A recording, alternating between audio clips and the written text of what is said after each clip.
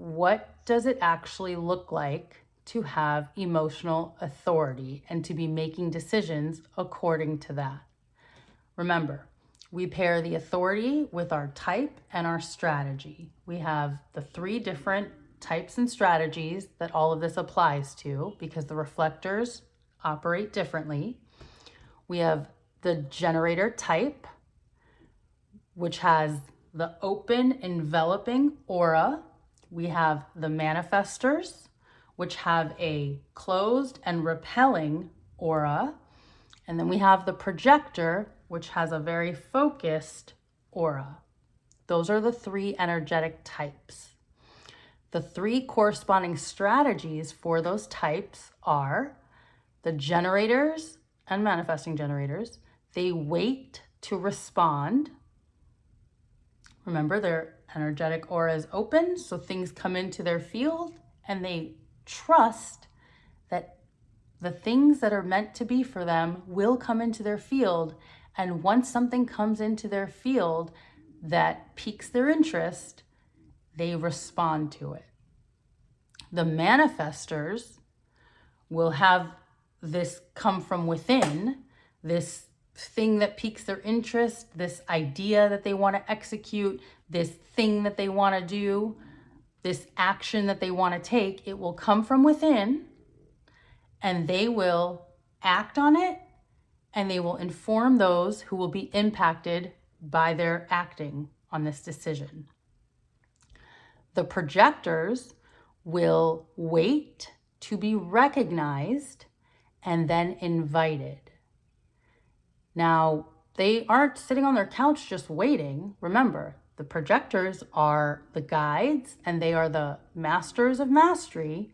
And in order to be that, they have to be working on that, right? So you are, as a projector, living your life, doing your thing, learning, doing the work that you do, living the life that you live, but you are waiting for recognition and you're waiting for an invitation. Now, that covers type and strategy. The third component of this trifecta is authority. And if your authority is emotional, your solar plexus is colored in, right? And what that means to be an emotional authority means that you are a deeply feeling human. That solar plexus has emotional waves, deep feeling emotional waves.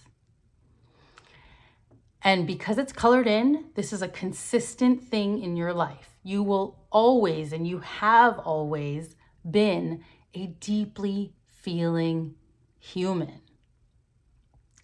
So there are 2 major components to these emotions. The first is that you can feel emotions for no reason. That is what it is to be you as a human. It means that some days for no reason you can wake up and feel sad.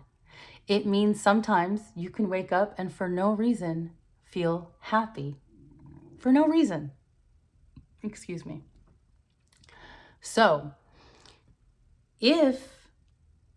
because you can feel emotions, you do feel emotions so deeply, when you, if you're a generator, are responding, you must allow yourself time to ensure that it's not just that you're riding on a high and that is coloring your decision making and making you feel like this is a yes when perhaps it's a no for you. You must give yourself at least 24 hours. It can be up to a week to 2 weeks. Most people need 24 hours for most decisions, a week max, to ride that full wave of emotions that you are feeling, whether you're feeling deeply sad or feeling deeply happy. You need to give yourself a little bit of time before you take that strategic action, whether that's to respond, to act and inform, or to be invited and to respond to that invitation. That is because, remember, you could be feeling happy or sad, and it's for no reason. The other part of this emotional authority is that because you are a deeply feeling human, which is a very beautiful thing, that is what, I don't know, part of, it's one of the most beautiful parts of being human is that we feel these emotions. We feel those highs that are so high, and we feel those lows that are so low. And it's the contrast of it all, and the just that makes the beauty of life, right? Now, when you are making a decision, you must give yourself, your body, the time it needs to consider that full range of emotions. Remember, we have a crest and a trough on the wave, the high and the low, and it ranges from hope to pain, right? From hope to pain goes high, low, high, low. And when you're making a decision, your body is going to consider all the possible outcomes. And as part of that, it'll think of everything that can go wrong, the pain, and it'll think of all the things that could go right, which is the hope.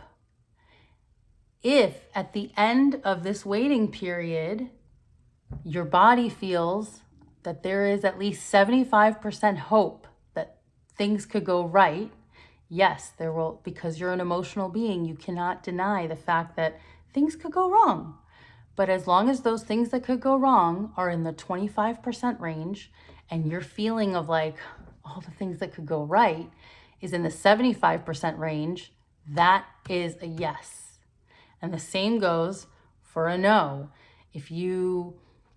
And you can pay attention to your body and how you feel when you're thinking about this thing throughout that waiting period. Like, if you're thinking about someone who asked you out and whether or not to say yes or no, if thinking about them just like kind of lights you up and you feel light and airy and happy and there's a smile on your face, that's a yes. If when you think about it, you just feel like,